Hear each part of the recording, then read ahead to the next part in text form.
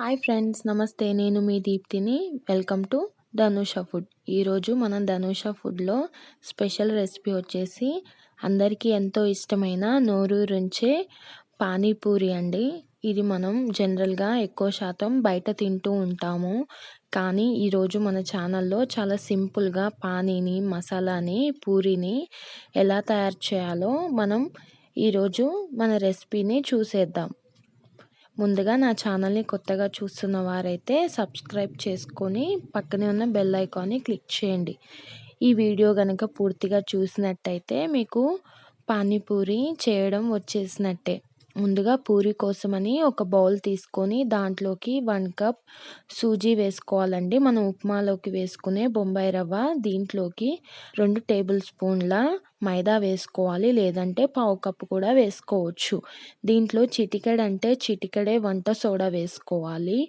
తర్వాత రుచికి సరిపడా సాల్ట్ వేసుకోవాలి. మొత్తం ఆ పిండి మొత్తం రవ్వలోకి కలిసేలాగా బాగా ఒకసారి ఇలా కలుపుకోవాలి. రవ్వ కన్సిస్టెన్సీ ఎక్కువగా ఉండాలి. దీంట్లోకి 3/4 కప్పు దాకా వాటర్ పోసుకొని మెత్తగా ఇలా ముద్దలాగా కలుపుకోవాలి. మరీ పల్చగా కలుపుకోవద్దండి. పూరీలు అనేది మనకు పొంగవు, మెత్తగా ఉంటాయి. క్రంచీగా కావాలంటే ఇలా కొంచెం గట్టిగానే కలుపుకోవాలి. నాకు ఇక్కడ 3/4 కప్పు దాకా వాటర్ పట్టాయి. ఇలా ఒకసారి మొత్తం చూడండి, ఇక్కడ ఇంత సాఫ్ట్గా ఇలా కలుపుకొని ముద్దలాగా చేసుకొని ఇలా పెట్టుకొని దీనిపైన ఒక తడి క్లాత్ పెట్టుకొని 20 నుంచి 25 నిమిషాల వరకు దాన్ని పక్కన అలా పెట్టుకొని ఉంచుకోవాలి. ఈలోపు మనం పానీని ఎలా తయారు చేయాలో చూద్దాం. ఒక మిక్సీ జార్ తీసుకొని దాంట్లో 1 కప్ పుదీనా వేసుకొని 1/2 కప్ దాకా కొత్తిమీర వేసుకొని 2 పచ్చిమిర్చి ముక్కల్ని కూడా వేసుకోవాలి మన స్పైసీకి తగ్గట్టు. అదేవిధంగా ఒక చిన్న అల్లం ముక్క, కొద్దిగా మిరియాలు వేస్తున్నాను. మీరు మిరియాల పొడి కూడా వేసుకోవచ్చు.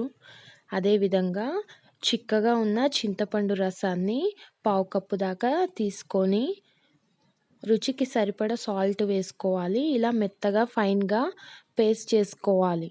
పేస్ట్ చేసుకున్నాక ఒక బౌల్ తీసుకొని ఒక స్ట్రైనర్ పెట్టుకొని దాంట్లోకి మనం మిక్సీ పట్టుకున్న ఈ పేస్ట్ని వేసుకొని 1 కప్ దాకా మిక్సీలో వాటర్ వేసుకొని ఇలా స్ట్రెయిన్ చేసుకొని పక్కన పెట్టుకొని దీంట్లో మరో కప్ దాకా వాటర్ వేసుకోవాలి. మొత్తం 2 కప్స్ దాకా వాటర్ వేసుకోవాలి. దీంట్లోకి 1/2 table spoon chaat masala, 1/2 table spoon జీలకర్ర పొడి, 1/2 టేబుల్ స్పూన్ సాల్ట్ వేసుకొని ఒకసారి కలుపుకోవాలి.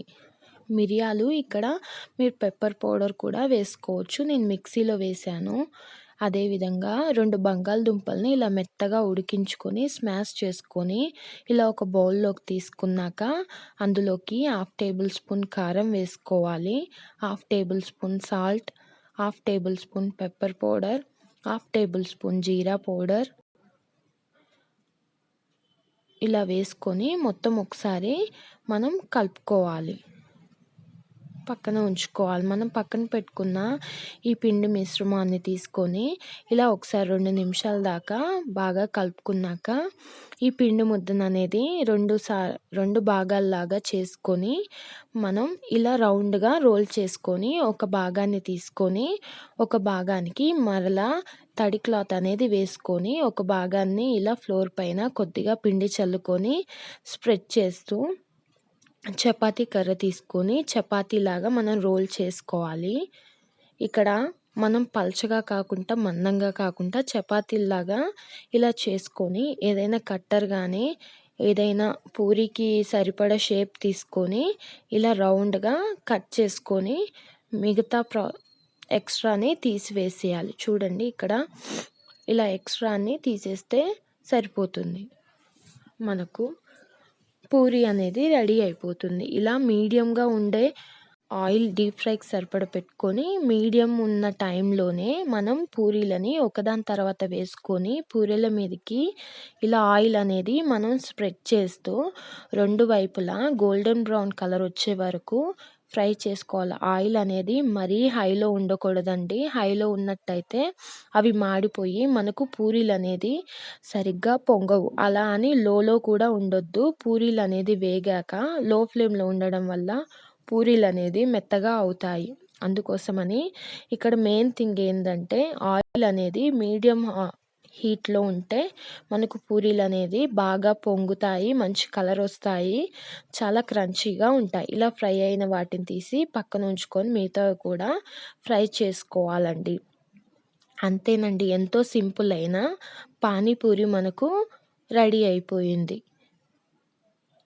దీనికోసమని మనం ఎప్పుడు బయటికి వెళ్తూ ఉంటాం కదా, కానీ ఈసారి మనం ఇంట్లోనే ఇలా తయారు చేసుకొని తినొచ్చు. చాలా రుచిగా ఉంటుంది. ఈ రెసిపీ కనుక మీకు నచ్చినట్టయితే లైక్ చేసి సబ్స్క్రైబ్ చేసుకోండి. రేపు మరో చక్కటి రెసిపీతో మీ ముందుంటాను.